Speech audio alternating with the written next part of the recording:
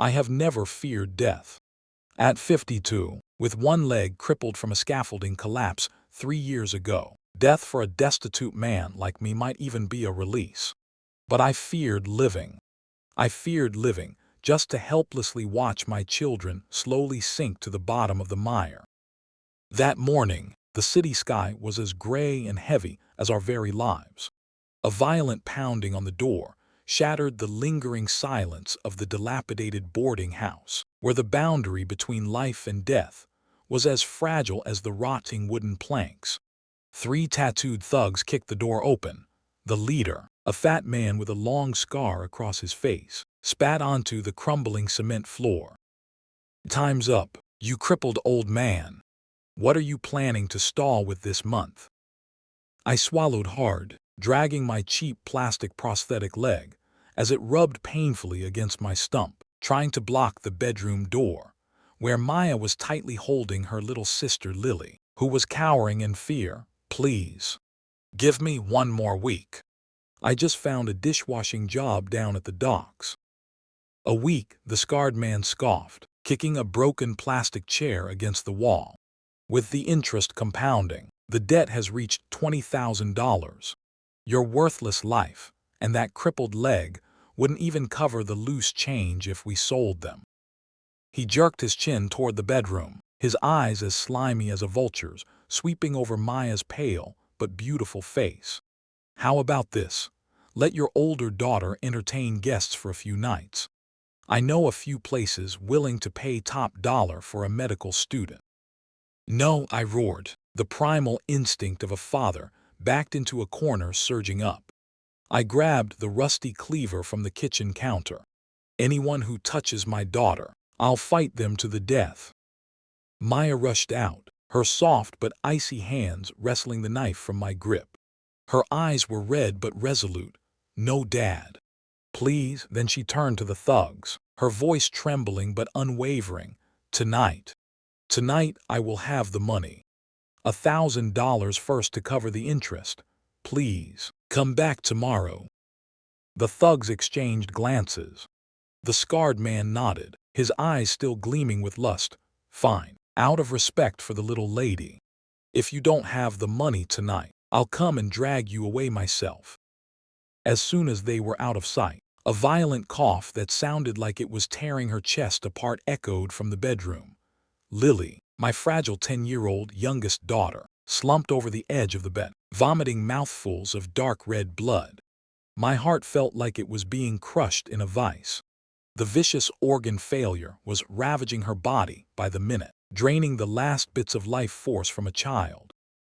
Maya and I immediately carried Lily on our backs to the city's central hospital.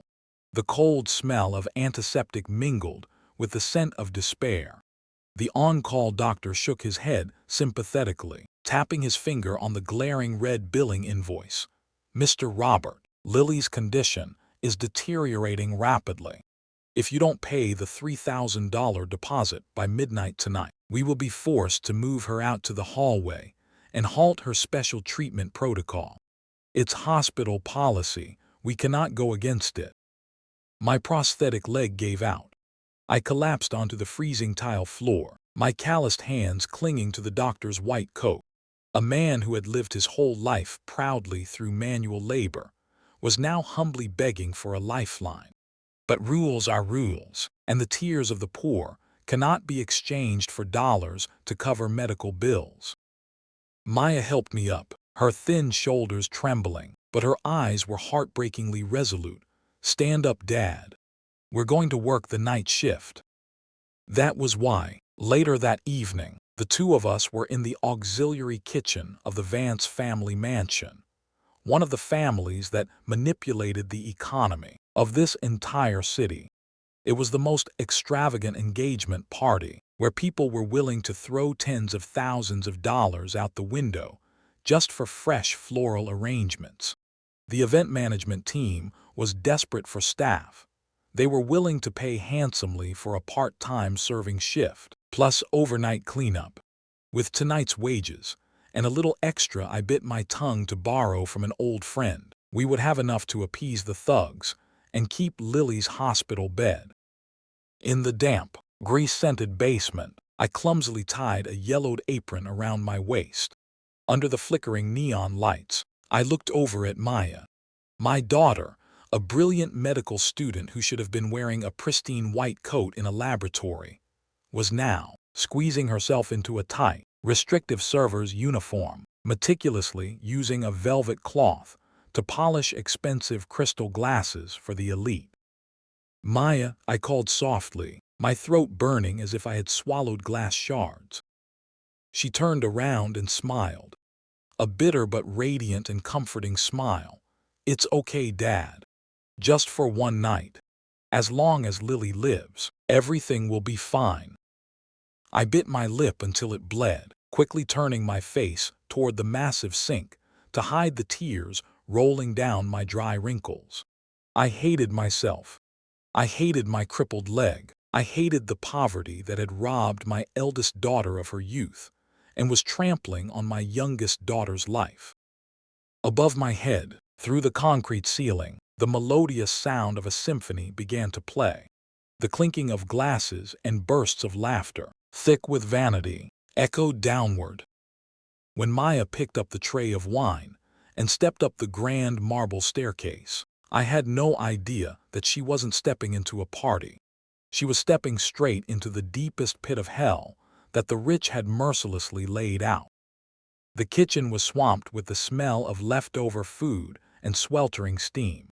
I was scrubbing stubborn grease off a pile of porcelain plates, occasionally glancing through the small glass window on the swinging doors that connected to the main hall.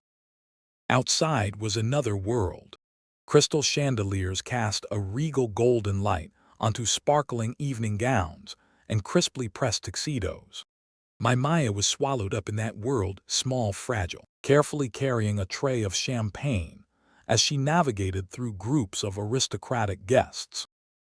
And then the incident happened. I didn't see clearly who bumped into whom first, but a deafening crash shattered the soothing symphony.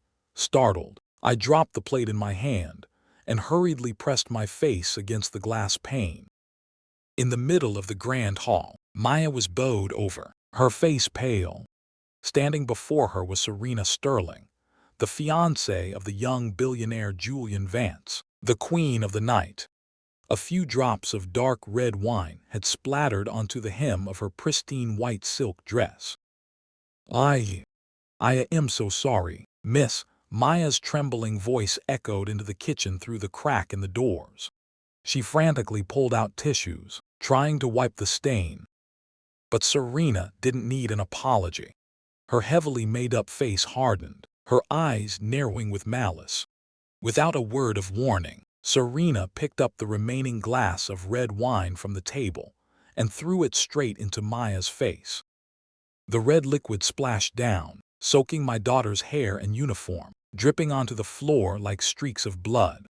Not stopping there, Serena swung her arm, violently smashing the crystal glass onto the marble floor right at Maya's feet. Hundreds of shards scattered everywhere. The hall of 300 people instantly fell silent. No one intervened. They stood in a circle, coldly holding their wine glasses, watching this drama unfold as mere entertainment. "Do you know this dress costs more than a lifetime of work for low-class scum like you? Even if you sold your life, you couldn't pay for it," Serena hissed through her teeth, as sharp as a knife. "Tell the manager to deduct her entire salary for tonight, and call the police to throw her in jail for destroying property." Hearing about the docked pay and the police, Maya spiraled into sheer panic. The deposit for Lily's medical bill due before midnight was weighing heavily on her shoulders. In a state of desperation, Maya dropped to her knees, sobbing openly, trying to grasp at some non-existent compassion from the upper class. "Miss, I beg you. Please don't get me fired. Don't hand me over to the police. I'm just a medical student. I had to take this night shift because my little sister is in critical condition at the hospital. She has organ failure, and she's waiting for me to bring tonight's wages to pay her bills. Please have mercy." Maya's tragic plea should have softened anyone's heart. But to Serena, that information was like a piece of prime meat served to a wild beast. She smirked, a cruel curve forming on her lips. "Oh, so you're a medical student. Need money to save your sister, do you?" Serena slowly leaned down, her voice soft but venomous like a snake's. "Then listen carefully. Get on your knees. Use your bare hands to pick up every piece of broken glass, and use your clothes to wipe this floor clean for me." Maya froze, looking up with tear-blurred eyes. Serena growled, every word piercing her eardrums. "If you dare to refuse, I swear on the sterling name, I will call the dean of the medical school and have you permanently expelled. I will use my connections to ban every hospital in this state from treating your sister. Let's see if your sister's cheap life can survive that." The fatal weakness had been firmly gripped. Through the glass, I saw my daughter desperately squeeze her eyes shut. Tears fell profusely onto the ruthless stone floor. "Number Maya, don't my child." My chest felt as if someone was hollowing it out with a knife. I opened my mouth to scream, but my throat was choked up. Her knees touched the pile of crystal shards. Maya bit her lip until it bled to keep from crying out loud, her trembling hands reaching out to pick up the razor-sharp fragments. Right at that moment, Serena took a step forward. Her cruelty had not ended. She lifted her stiletto heel, studded with sharp rhinestones, and stomped down hard on Maya's hand as it reached for a shard. Maya let out a muffled cry. Blood. Bright red blood oozed from my daughter's palm, mixing with the red wine on the white stone floor. The last thread of reason in my head snapped. The instinct of a wild beast protecting its young took over. I threw open the kitchen doors, ignoring the staff must not appear in the main hall rule, ignoring my throbbing prosthetic leg. I dragged my crippled limb, sprinting desperately into the middle of the magnificent hall, throwing my arms around my bleeding daughter. "Dad," Maya looked up at me, her tears finally bursting out, full of pain and humiliation. "Stop picking them up. I'm begging you," I screamed, tightly holding Maya's bloody hand, trying to pull out the tiny pieces of crystal embedded in her flesh. I turned to look at Serena Sterling, discarding every ounce of pride a 50-year-old man had left, and bowed my head all the way down to the freezing stone floor right beneath her shoes. "Miss, I beg you," my voice was hoarse, tears streaming down my face. "She is just foolish. Please be lenient. She needs these hands to hold a scalpel, to save lives. If you want a hit to curse, please take it all out on this crippled old body. Please spare my daughter." Murmurs began to arise. Several phones were raised to record the scene, not as evidence to protect us, but to capture the pathetic state of the destitute. Serena looked at us with a gaze of absolute disgust, as if looking at two festering boils. "Get away, you stinking old man." She punctuated every word, then lifted her foot and kicked me squarely in the chest. The kick wasn't overly forceful, but enough to make a crippled man like me lose balance, falling backward and hitting my back against the edge of a banquet table.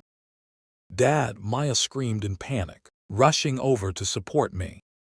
Serena brushed her hands off, turning to snap at the event manager. "Where is security? Drag these two filthy dogs out of here before Julian comes down." How disgusting. Just as a few burly security guards prepared to rush in, the large carved mahogany doors of the main hall suddenly burst open. A deep, cold, and authoritative male voice rang out, slicing through the chaos. "What is going on here?" The crowd automatically parted to the sides like waves. Stepping through the grand doors was a man in his 30s, wearing a perfectly tailored black suit, exuding the absolute authority of someone born to stand above thousands. It was Julian Vance, CEO of the Vance Medical Corporation, and Serena's fiancé. The room was so quiet you could clearly hear his leather shoes tapping forcefully against the marble floor.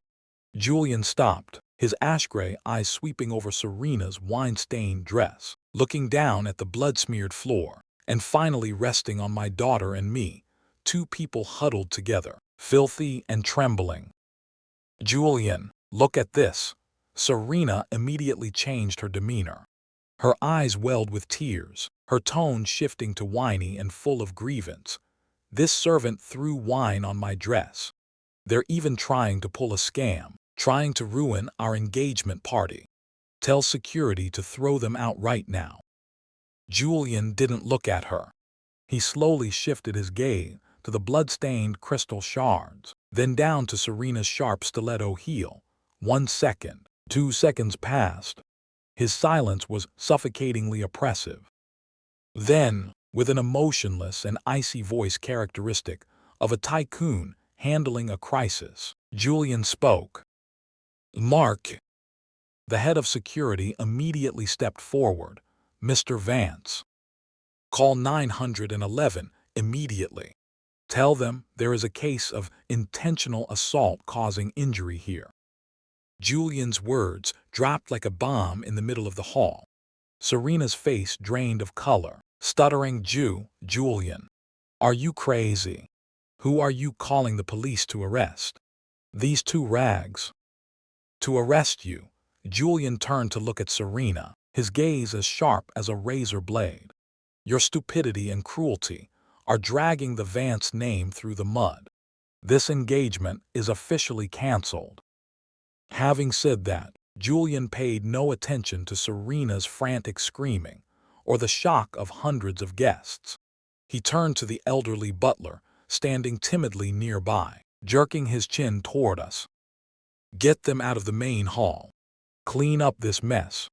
Don't let the guests have to look at blood on my floor. Take them to the infirmary at the back gate. Write this man a check for $5,000 to cover his medical bills, and make sure they sign an NDA. I don't want to see any cheap tabloid articles about this tomorrow morning." Julian turned on his heel and walked away, his back perfectly straight, cold, never once looking back at Maya's tears or her bleeding hands. His words might have been a form of protection, perhaps a fitting punishment for Serena, but falling on my ears, the ears of a father being trampled at the bottom of the mud, those words were no different than knives digging deep into my dignity. This mess, he called my daughter's blood. He called our pain a mess that dirtied his floor. He didn't call the police out of pity for us. He did it for the honor of the Vance family. He threw out $5,000 not to save Lily's life, but as hush money, a cruel charity to make the filthy ones disappear from his sight. The butler stepped forward, taking a checkbook from his breast pocket, and sighed, "Let's go, Mr. Robert. Mr. Vance has been generous. Take the money and get your daughter out of here."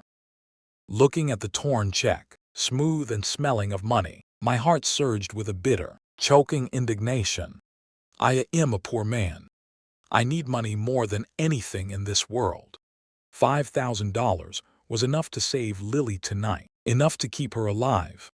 But as I looked down at Maya's bloody hands, seeing the utter humiliation in her clear eyes, I knew I could not take this money. If I took it, I would officially be admitting that the blood and dignity of my children were things that could be bought and sold with upper-class money. I gritted my teeth, standing up trembling. I violently tore off the yellowed apron I was wearing and threw it straight onto the magnificent marble floor. "Keep your money," I roared, my voice shattered but full of pride. "We are poor, we need money, but we do not sell our blood for your charity. Your floor is dirty, not because of our blood, but because your souls are completely rotten." Without waiting for the butler to react, I wrapped my arm around Maya's shoulders, helping her up. "Let's go, honey, we're going back to Lily." I bit my lip, dragging my crippled leg, supporting my eldest daughter, who was clutching her bleeding hand, proudly holding my head high, as I walked past hundreds of pairs of eyes staring at us. We left the splendid Vance mansion through the back door, stepping out into the freezing night. The wind howled through the skyscrapers. Maya leaned against my shoulder, sobbing suppressed tears. "Dad, Lily. Lily's money." I hugged her tightly, hot tears rolling down my cheeks, mixing with the night rain. I had protected our dignity, but the price was too high. The clock struck 11. In just 1 hour, the hospital would push Lily out into the hallway. The thugs were undoubtedly waiting at the end of our street. That billionaire's intervention didn't save us at all. It just officially pushed my family into the deepest layer of hell. People often say poverty is not a crime. But that night, I realized poverty is a death sentence, and the pride of the poor is the very blade they use to slit the throats of the people they love most. We dragged ourselves to the hospital as the clock hit 11:55. A torrential downpour descended upon the city, freezing and ruthless. Maya tore off the hem of her shirt, wrapping it tightly around her swollen, bleeding right hand, her lips pressed tightly together to hide her groans. But Maya's physical pain was nothing compared to the scene waiting for us in the intensive care unit. Lily's bed was empty. The life support machines had been unplugged. My youngest daughter, with a face as white as paper and a faint, gasping breath, was lying curled up on a cold gurney out in the hallway. "What the hell are you doing?" I roared, rushing over to hug my freezing little girl. "It's not even midnight yet. I will find a way to get the money. Put her back in the sterile room." The night shift doctor stepped out, his face clearly showing sympathy and helplessness. He lowered his head, avoiding my gaze. "Mr. Robert, I am so sorry. This is no longer about the deposit. This is a direct order from the hospital board of directors." "The board? How did we offend the board of directors?" Maya asked in panic. The doctor sighed, lowering his voice to a whisper. "Half an hour ago, the hospital received a call from Mrs. Sterling. They are the biggest donors, holding the majority of shares in this hospital. She ordered us to immediately halt all treatment protocols for Lily, or else their entire multi-million-dollar medical equipment grant for this year would be completely pulled. We cannot sacrifice the entire hospital for one patient. I'm sorry to the family. Please take your child home." The ground beneath my feet gave way. The Sterlings. Serena Sterling. The slap of reality hit me straight in the face, making me see stars. Julian Vance called the cops on Serena, but with the power of the ultra-rich, she easily posted bail before the ink on the police report could even dry. And as soon as she stepped out of the police station, the spear of her hatred wasn't aimed at Julian, but thrust directly into the ribs of the weakest ones, us. "Let's see if your sister's cheap life can survive that." The wicked woman's threat echoed in my ears like a curse. Not stopping there, the old phone in my pocket vibrated violently. A text message from the dock foreman. "Don't bother coming in, Robert. Orders from someone up top. All the yards are banned from hiring you. You're on your own." In less than an hour, their power had choked off every single lifeline my family had. No money, no job, and now no hospital dared to treat my daughter. "Dad," Lily's voice whispered, as weak as a mosquito. Her eyes half opened sluggishly, her tiny hands, scarred by IV needles, clutching my soaked jacket. "I'm so cold." "Where are we going, Dad?" I haven't gotten my painkillers yet." "We're going home, sweetie." I hugged her tightly, hearing my heart shatter into pieces. "Dad will keep you warm. It won't hurt anymore." The thugs were definitely lying in wait at our boarding house. Returning there now was like serving ourselves up on a silver platter. Maya would be dragged away. With nowhere to turn, I carried Lily on my back, Maya close by my side, and the three of us silently walked out the automatic glass doors of the hospital, swallowed by the night and the pouring rain. We stopped under the awning of a dilapidated, leaking bus stop. The wind whipped relentlessly. Lily nestled into my chest, her breathing becoming more intermittent by the minute. Maya slumped down onto the soaked cement floor, clutching her bloody hands, burying her head in her knees, and sobbing silently. I stood there, carrying my dying child on my back, looking at my eldest daughter, whose future had been destroyed, and looking down at my useless crippled leg. $5,000.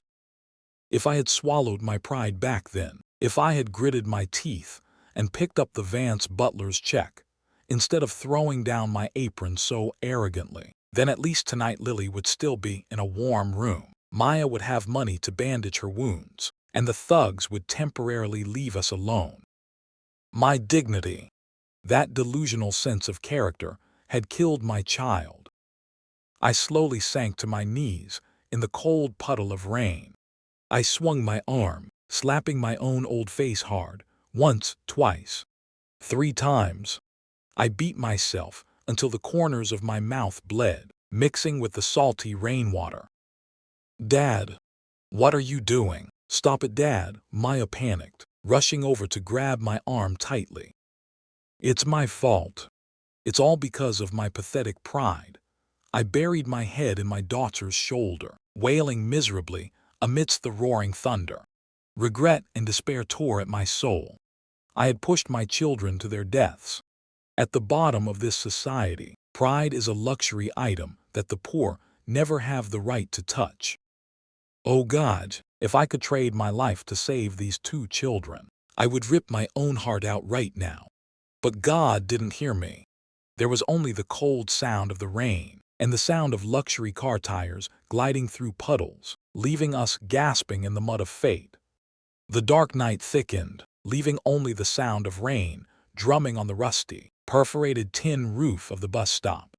Lily's breathing on my back was growing fainter, as fragile as a flickering candle in a storm. Maya leaned her head on my shoulder, passing out from the cold and blood loss. Just as despair choked off our last sliver of hope, 2 blinding beams of light from a glossy black car pierced the rain, shining directly on us. A luxurious Maybach stopped. The car door opened, and a man in his 60s, wearing an expensive wool overcoat, stepped out. A burly bodyguard immediately shielded him with an umbrella, careful not to let any dirty water splash onto his polished leather shoes. I hugged my children tightly, acting on the survival instinct of the weak, who are constantly bullied. I quietly slipped my hand into the pocket of my soaked jacket, pressing and holding the recording shortcut on my old, chipped phone. The man walked up, stopping a few feet away from us. Under the sickly yellow streetlights, I noticed his features resembled Serena's. It was Richard Sterling, the wicked woman's father, one of the most powerful billionaires in the city. A truly moving scene. Richard spoke, his voice even and cold, devoid of any emotion. He jerked his chin, and the bodyguard immediately placed a metal briefcase on the waiting bench and popped it open. Inside were stacks of green bills, neatly arranged. $500,000. "I am a businessman, so I like to get straight to the point," Richard said, pulling a crisp piece of paper and a fountain pen from his breast pocket. "I know your younger daughter is barely holding on, and you are being hunted by gangsters. This money is enough to pay your debts, and as soon as you sign this paper, my private ambulance will take your daughter to the best hospital in the state, with top-tier doctors to perform a bone marrow transplant tonight." My eyes were glued to the briefcase. $500,000. Lily's life was right before my eyes, just an arm's reach away. My heart pounded, my breathing accelerated. What do I have to do?" I asked, trembling, my voice hoarse. Richard smiled, a cruel half-smile. "Very simple. Sign this commitment form. It clearly states your eldest daughter, Maya, is a gold digger. She deliberately seduced and enticed Mr. Julian Vance, hoping to change her life. Tonight's incident was orchestrated by her, shamelessly flirting with Julian, causing my daughter Serena to lose control out of extreme jealousy." He paused a beat, staring piercingly into me. "Tomorrow morning, you will take this paper and stand before the media. All the blame will fall on your daughter's head. My Serena is merely a pitiful victim protecting her love. The marriage between the two families will proceed. In exchange, your youngest daughter gets to live." My head buzzed as if thousands of bees were swarming inside. A devil's contract. To save Lily's life, I had to destroy Maya with my own hands. If I signed it, Maya's honor would be crushed to dust. She would be expelled from medical school for moral turpitude and publicly reviled as a slut, a whore who ruins other people's happiness. Maya's path in life would be completely shut forever. "Take it, Mr. Robert," Richard urged, pushing the paper and pen toward me. "Since when do poor people like you have anything called dignity? Selling it to buy your child's life, that's a hell of a bargain." I unsteadily reached my hand out. My rough, cracked fingers touched the cold metal casing of the pen. I wanted to save Lily. Good God, what kind of father would I be if I just watched my 10-year-old daughter take her last breath? Just one signature. Everything would be solved. "Dad." A cold hand, wrapped in blood-soaked rags, grasped my wrist. I turned around. Maya was looking at me. Her eyes were puffy and exhausted but clear, without a hint of fear. She didn't shake her head, didn't beg me not to sign. She just looked at me, a gaze so forgiving and agonizing, as if she were ready to sacrifice the rest of her life, ready to bear a filthy reputation so her sister could live. But that very gaze acted like a drill piercing straight through my heart. I looked down at Maya's crushed hands that used to stay up all night flipping through medical textbooks, hands that had washed thousands of dishes to buy me pain medication for my joints, hands that had never known evil. How could I throw dirty water on my child's purity with my own hands? How could I sell Maya's dignity so cheaply to the very people who trampled on her blood? Anger surged up, burning away all my cowardice. I flung the expensive fountain pen into a puddle of rainwater. "Keep your money, Richard Sterling." I stood up straight, shielding Maya, glaring at the billionaire. We might die from poverty, from hunger, from disease, but I would rather watch my children die clean than have them live their whole lives in the humiliation fabricated by you people. My daughter is not a whore. She is a future doctor. And filthy people like your family have absolutely no right to judge her. The smile on Richard's lips vanished. His face contorted in anger. He didn't expect a low-class man backed into a corner to dare refuse $500,000. "You're very stupid, you crippled old man," Richard hissed. "You just killed your daughter with your own hands. Let's see what you use to collect her corpse tomorrow." He turned on his heel and stepped into the Maybach. The car rolled forward, splashing through the water and speeding away, leaving us drowning in darkness. Exhausted, I collapsed onto the ground, pulling both my children into my arms, crying like a baby. I didn't know if what I had just done was right or wrong. I only knew to hold them tight, waiting for death or a miracle. But as my hand slipped into my jacket pocket and brushed against the phone with its red recording light still blinking, a tiny flame began to kindle in my chest. They had money, they had power, but I had the truth. And this truth one day would make them pay. Morning broke. No miracle fell from the city's gray clouds. I managed to carry Lily back to our dilapidated boarding room, my stump bleeding and my joints aching as if they had been broken. Maya wrapped another layer of rags over her swollen hand, tightly holding her little sister, who was fading away from a high fever. Lily's breathing was now just faint, intermittent wheezes. The Reaper was lingering right inside this musty room, waiting for the moment to snatch my child's fragile life away. I sat slumped in the corner of the room, blankly waiting for the thugs to bang on the door. We had nowhere left to run. If they came, I would use this meat cleaver to fight them to the death, and the three of us would die together. Bang! The thin plywood door was thrown open. Startled, I instinctively shot up, raising the rusty cleaver high, shielding my 2 children. "Come on, you bastards! I'll fight you to the death." But the people who walked in were not debt collectors. They were men in black suits. They stepped aside, making way for a medical team in white coats, carrying state-of-the-art emergency equipment cases rushing in. And walking in last was him, Julian Vance, along with a white-haired old woman leaning on a wooden cane. "Stay away from my child," I roared, waving the knife, my bloodshot eyes full of vigilance. "What else do you people want?" The Sterlings already stripped my daughter of her right to medical treatment. They already tried to bribe me into selling my eldest daughter's honor. Are you here to watch us die miserably? "Put the knife down, brave young man from 25 years ago." A warm, authoritative voice rang out. The old woman stepped forward. It was Madame Evelyn, the founder of the Vance Empire. Her gentle eyes stared deeply at me, welling with tears. I froze. "What? What did you call me?" Madame Evelyn approached, ignoring the knife in my hand, and gently grasped my calloused, trembling hands. "Last night, when you rushed out into the middle of the grand hall, using your body to shield your daughter from the crystal shards, I was sitting on the second-floor balcony and saw it all," Madame Evelyn said, choking up. "Others only saw a lowly, poor cleaner, but I recognized that resilient gaze and those familiar cheekbones. 25 years ago, during a blizzard, my car overturned and caught fire at the foot of an overpass.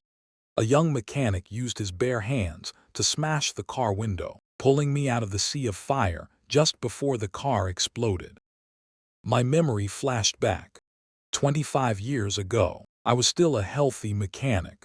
That night I had saved an elegant woman, but because I didn't want any trouble with the police, I had quietly left before the ambulance arrived, expecting no reward. "You didn't leave a name, but I have never forgotten the savior who spared my life." Madame Evelyn pointed to the faded, long scar on my arm.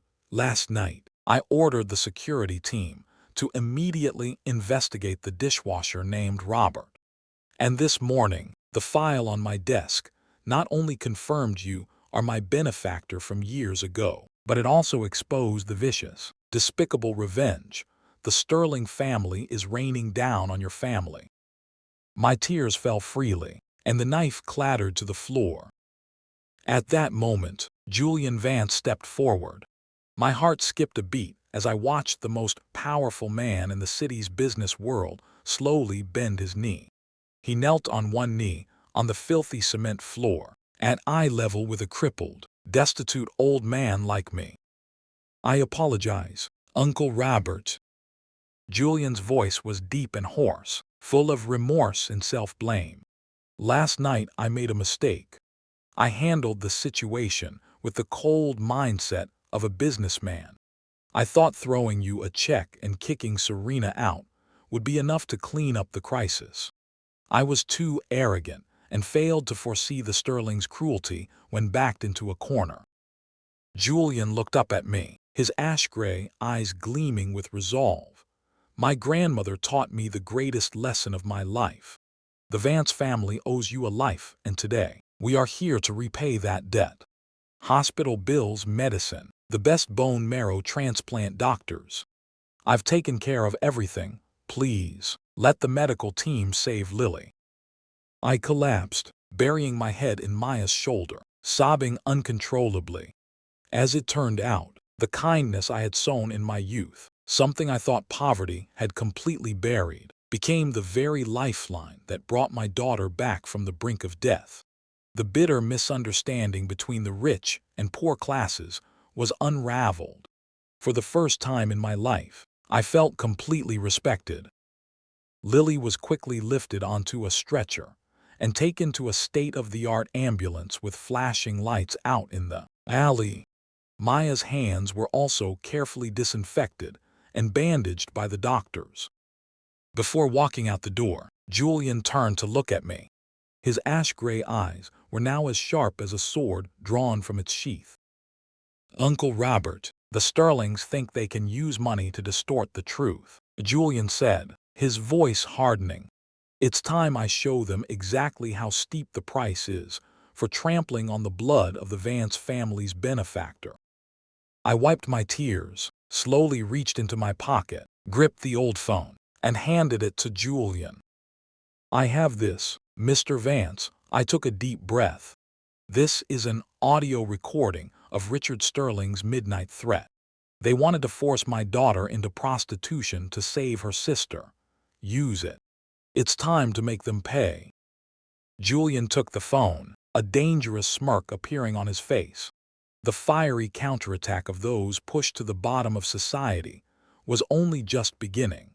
3 days later, at the Crystal Hall of the city's largest five-star hotel, the Sterling family had rented out the entire hall, inviting hundreds of reporters from the biggest news agencies to hold an emergency press conference. Through the large TV screen in the VIP room upstairs, I quietly watched the grand charade these wealthy people were putting on. Serena Sterling wasn't wearing her usual sparkling evening gowns. She wore a simple white silk dress, her makeup faded, looking gaunt, her eyes swollen. She sat before dozens of microphones, dabbing the corners of her eyes with a tissue, sobbing as she played the perfect victim. "I am just a woman trying to protect my happiness," Serena choked out to the cameras. "That waitress, she deliberately approached and seduced my fiancé. When I found out, she and her father staged a fall into the broken glass to play the victim, intending to blackmail our family." Richard Sterling, looking dignified in a gray suit, sat next to her, patting his daughter's shoulder with exaggerated sympathy. He declared loudly, "Our family has always done charity, always helped the poor. But our kindness was exploited by these destitute, greedy people." That old man even used the life of his severely ill youngest daughter to threaten and extort $500,000 from me. "We have decided not to tolerate this evil, and we will sue the father and daughter for fraud and extortion." Below the stage, the reporters buzzed, taking notes. Sympathetic glances began to shift toward the Sterlings, accompanied by harsh criticisms aimed at Meyer and me. I gripped the ironwood cane tightly. "A gift Madame Evelyn gave me this morning to replace my flimsy, prosthetic leg. I was wearing a meticulously tailored dark suit. No longer a filthy, foul-smelling old cleaner." The VIP room door opened. Julian Vance walked in, buttoned his suit jacket, and turned to look at me, his eyes as sharp as a wolf about to hunt. "It's time, Uncle Robert. Let's go get Maya's honor back." We strode down the hallway, escorted by 10 men in black suits. When the grand doors of the press conference hall were pushed open, the noisy chatter instantly died down. Hundreds of camera lenses pivoted simultaneously. Julian Vance walked in front, carrying an overwhelming aura of power, and I, a crippled father who had once groveled at their feet, now held my head high, my back straight, taking firm steps with my wooden cane right by his side. "A brilliant performance, Mr. Sterling. Surely the Oscar this year will go to you and your daughter." Julian's cold voice echoed through the microphone an assistant had just handed him, cutting off Serena's tearful speech. Seeing Julian and me appear, Serena's face turned pale, but she still managed to yell, "Julian, what are you doing here? Why did you bring this dirty, blackmailing old man here? Security, throw him out." "The dirty one here is you," Julian replied coldly. He snapped his fingers. Instantly, Vance Corporation technicians, who had secretly taken control of the hall's AV system, cut off the Sterlings' presentation. On the giant LED screen behind them, an unedited, crystal-clear video played. It was footage extracted from a high-angle security camera at the Vance mansion from the night of the party. There was no audio, but the images were unmistakable. Serena deliberately throwing a glass of red wine into Maya's face. Serena smashing the crystal glass, pointing her finger, forcing Maya to her knees. And most shockingly, a close-up of Serena's rhinestone stiletto stomping hard onto my daughter's bleeding hand, followed by a direct kick to my chest as I was bowing and begging. The hall erupted. Gasps of horror rang out everywhere. Hundreds of camera flashes went off continuously, aimed at Serena's face, which was now contorted in panic. That's a fake video. It was edited by AI. Don't believe him, Serena shrieked, her voice cracking. Richard Sterling broke out in a cold sweat, slamming the table as he stood up. Mr. Vance, you are breaking the law by spreading fake news to defame the Sterling Corporation. I have witnesses to prove this old man demanded $500,000 from me that night.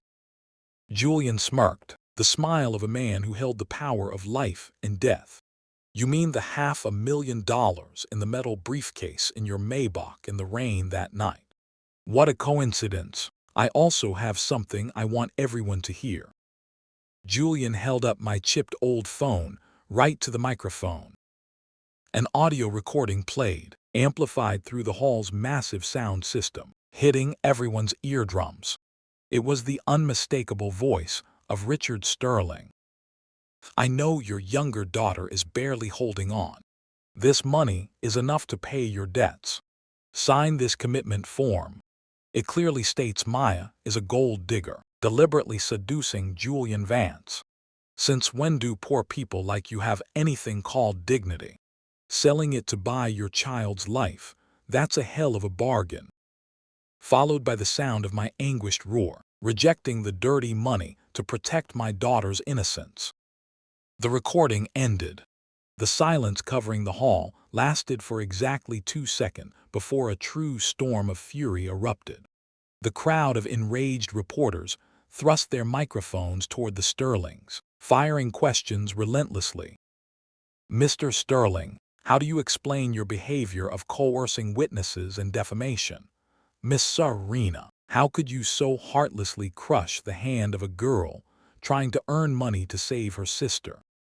Richard Sterling collapsed into his chair, holding his head in his hands, unable to utter a single word.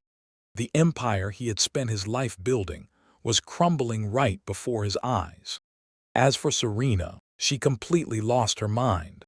She covered her ears, screaming and forbidding people from taking pictures, looking pathetic and deranged, entirely devoid of the poise of a privileged heiress.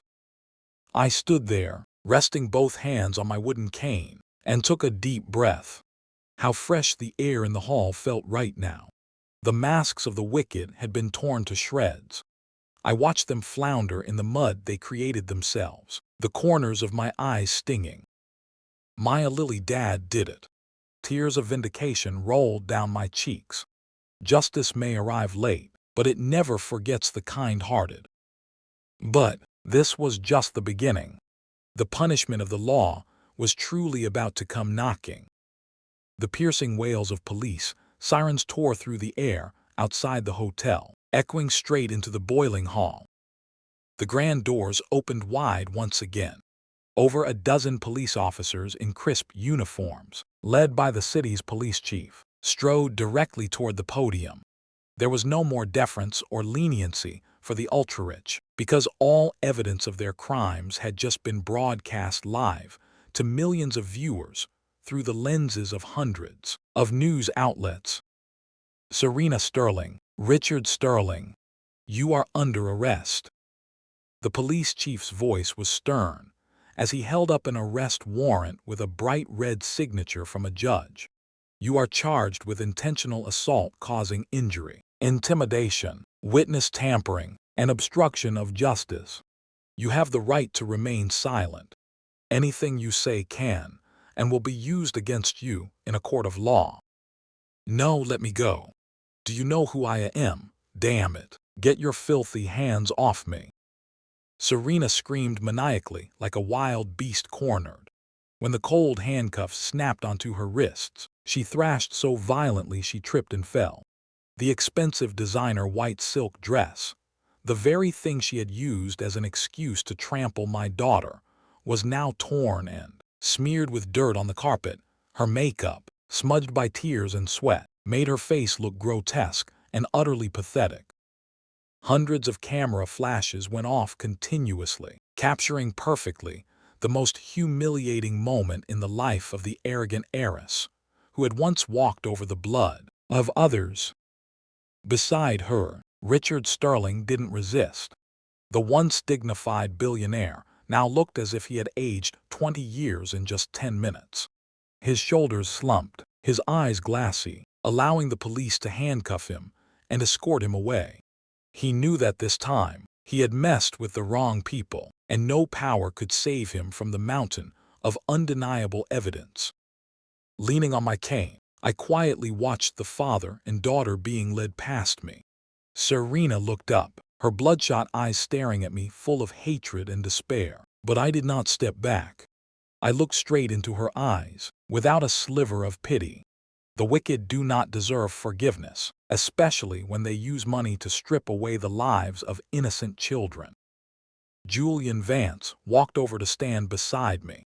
He put his hands in his pockets, his cold ash-gray eyes following the backs of the Sterlings as they were shoved into the police van. "Uncle Robert," Julian spoke, his voice deep, steady, and sharp as a sword. "Those who trample on the blood of others will pay with their entire empire. I promise you, this is only the beginning." And Julian did not break his word. In the following weeks, I watched the most ruthless and massive purge in the business world ever to occur, all through the TV screen in Lily's VIP hospital room. The video and audio files from the press conference created a media earthquake. A fierce boycott campaign erupted. The Sterling Corporation sank into utter crisis. Julian Vance made no secret of using the Vance family's colossal resources to squeeze his rival to death. Sterling Corp's stock went into freefall, plunging to record lows after just 3 trading sessions. Longtime business partners, terrified of being tied to the legal scandal and offending the Vance family, unilaterally terminated their contracts en masse. The banks that used to bow down to lend Sterling billions of dollars abruptly changed their tune, urgently calling in debts. In less than a month, from a mighty real estate and financial empire, the Sterling family officially filed for bankruptcy. Their multi-million-dollar mansion, their collections of supercars, and their gemstone jewelry were all seized for auction. The board of directors at the Central Hospital, the ones who, for Serena's power, had pushed Lily out into the hallway to die, were entirely fired. The hospital publicly issued a bowed apology to my family in the newspapers, begging the Vance Foundation to take over so they wouldn't have to shut down. Legally, no judge dared to grant bail for the Sterlings. Richard Sterling faced 10 years in prison for financial fraud, bribery, and witness intimidation. As for Serena, the wicked woman, who once forced my daughter to kneel on broken glass, was sentenced to 5 years in prison without parole. The papers published a photo of her in an orange jumpsuit, her hair disheveled, her soulless eyes staring from behind iron bars. No more rhinestone stilettos. No more expensive red wine. Just 4 cold concrete walls and the withering of a cruel life. I turned off the TV, breathing a sigh of relief. A 1,000-pound boulder had just been lifted off my chest. I looked down at my hand. The scar from 25 years ago was still there. A chivalrous act forgotten in a blizzard was traded for the collapse of an evil empire and the resurrection of my family. I turned to look through the glass of the sterile room. Lily was sound asleep, a rosy complexion beginning to return to her thin cheeks. And out in the hallway, Maya was chatting with Julian. My daughter's radiant smile, a smile I thought I had lost forever in that dark party, was now shining brightly. The storm had truly passed. From beneath the mud and broken glass, new seeds of life were beginning to sprout. Spring arrived earlier this year than usual, bringing warm rays of sunlight that chased away the cold, gloomy darkness of a long winter. Lily's bone marrow transplant was a resounding success. The world-class medical team, funded by the Vance Corporation, had brought my youngest daughter back from the hands of death. For the first time after long, grueling months, I walked into the hospital room without having to hear the cold beeping of heart monitors or smell the metallic stench of blood. Lily was sitting up against her pillows, hugging a large teddy bear, her chubby cheeks rosy again, and her crystal-clear laughter echoing throughout the sunlit room. Maya had her bandages removed as well. The faint scars on her palms didn't diminish her beauty. Rather, they served as medals for her resilience. Under the sponsorship of the Vance family's education fund, Maya not only returned to medical school, but was also accepted as an intern in the pediatric cardiology department of this very hospital. The head of the department said that with those hands that had bled to protect life, she was destined to become a great doctor. But what brought the most peace to the heart of an old father like me was not just my daughter's health, but the presence of Julian Vance, the billionaire who once struck fear into the financial world, the man who had just unleashed a thunderbolt that destroyed the mighty Sterling Empire, took on a completely different demeanor when he stepped into this hospital room. He brought no bodyguards. He wore no black suits that radiated suffocating authority. Julian often visited us in the late afternoon after work. He would roll up his white dress shirt sleeves, diligently peeling apples for Lily, clumsily telling her dry jokes that made the whole room burst out laughing at his sheer awkwardness. And above all, I watched how Julian looked at Maya. It was not the gaze of a superior looking down on a poor girl to dispense charity. It was a look of absolute respect, admiration, and an affection so tender and profound that it made even a rough man like my heart soften. He would sit patiently for hours listening to Maya talk passionately about medical cases, about her dream of holding a scalpel to save lives. He didn't buy Maya expensive jewelry or luxurious silk dresses because he knew my daughter didn't need those things. Instead, Julian brought rare medical textbooks and the best internship equipment. I used to carry a deep, resentful prejudice against the ultra-rich. I used to think their blood was cold and their hearts were made of dollar bills. I had feared that the class divide would once again hurt my daughter, that Maya would just be a plaything for a wealthy heir. But Julian used his sincerity to smash every brick in my defensive wall. One late afternoon, while Maya took Lily for a walk in the hospital courtyard, Julian and I sat on a stone bench in the hallway. He handed me a hot cup of coffee, a rare, bashful look appearing on his sharp face. "Uncle Robert," Julian began, his voice warm, I know, to a father who has struggled to protect his children with his very life. "I am still just a stranger carrying too much trouble. But I want you to know, I did not come to Maya out of pity or a desire to make amends. You and my grandmother taught me what human dignity is, and in Maya, I see the most resilient, beautiful dignity I have ever known. I love her." I held the coffee cup, the warmth spreading through my calloused hands. I turned to look at the young billionaire. In those ash-gray eyes, there was no arrogance, only sincerity, and a plea to be allowed to protect her. "Mr. Vance," I sighed softly, smiling kindly, "I am a man with nothing in my hands, except my two daughters, who are the most precious assets of my life. I don't care how many $1 billion you have. I only care if you can use your hands to wipe my daughter's tears when she's sad, and hold onto her tightly when the storms hit." Julian sat up straight, his eyes incredibly resolute. "I swear to you on my life and my honor, I will spend the rest of my life protecting her smile." I nodded, patting the young man's solid shoulder. The 1,000-pound weight that had crushed my frail shoulders for decades could finally be gently laid down. Life had truly blossomed from the ashes of the most tragic days. My daughter had finally found a man truly worthy of entrusting her life to. Exactly 1 year after that fateful night, steeped in blood and tears, I stepped into the magnificent hall of the Vance mansion once again. But this time, I didn't have to walk through the damp back door meant for servants. I didn't have to bow my head, terrified that my prosthetic leg would dirty the velvet carpet of the elite. I walked through the main doors, holding my head high in a formal suit, holding hands with little Lily, who was now a healthy, pretty little girl with her hair neatly braided, walking proudly under the brilliant crystal chandeliers. Tonight was the annual charity gala for the Vance Foundation.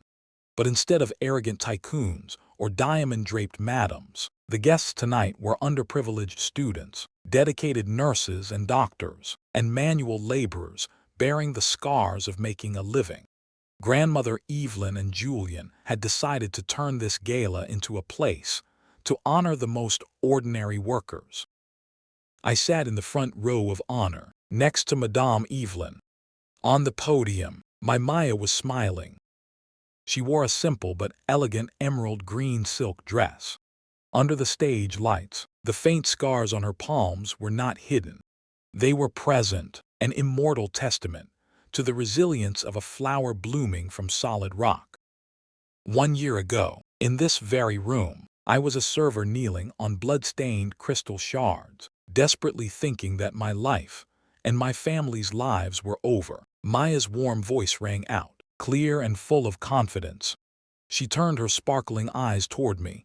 But today, I stand here, preparing to put on the white coat of a pediatrician. I am here today, thanks to the unconditional love of a father who was willing to shield me from every storm with his own body, and thanks to the kindness and bravery of those who dared to stand up and demand justice for the weak. The entire hall erupted in thunderous applause, warm and sincere. My eyes burned. My withered father's heart felt as if it had been showered by the freshest spring water in the world. When the ceremony transitioned to a light reception, I stepped back into the garden behind the mansion to catch some fresh air. The sun was slowly setting, casting golden rays of evening light onto the lush green lawn. The sound of firm footsteps approached from behind. Julian walked over, standing next to me. The evening breeze gently tossed the hair of the young man who had once shaken the entire financial world. Today, he looked just like an ordinary man, nervous before the biggest decision of his life. Julian turned to me, suddenly took a half step back, and solemnly bowed a full 90 degrees.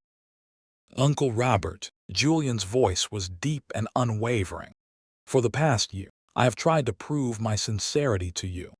I have no intention of using wealth to buy affection, nor do I want to use power to bind Maya. I only have a whole heart that I want to offer her." He slowly stood straight, looking deep into my eyes. "Today, under this sunset, in front of the man Maya loves and respects the most, I ask for your permission to be Maya's life partner. I swear on my very life, I will never let those hands bleed ever again." I looked at Julian. His eyes were clear, untroubled by the lowly origins of my family.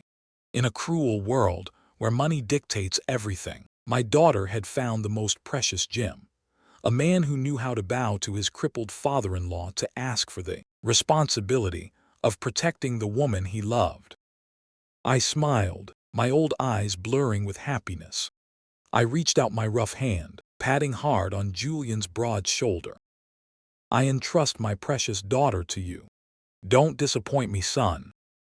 3 months later, a small, cozy wedding took place right in the Vance family's tulip-filled garden.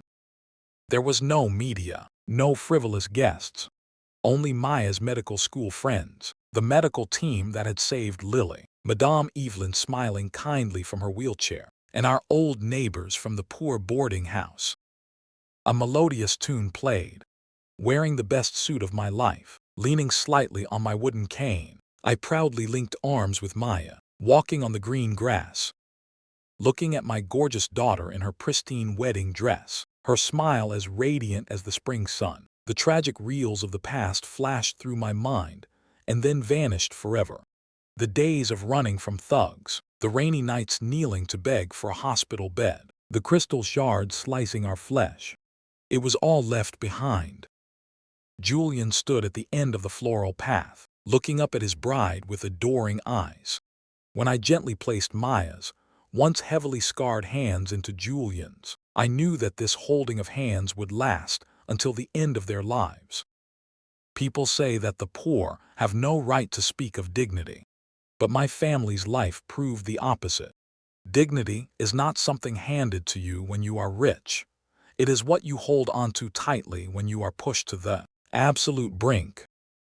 The sky was a brilliant blue, the sunlight pouring like honey over our shoulders. I smiled, closing my wrinkled eyes. This old father could finally rest in peace.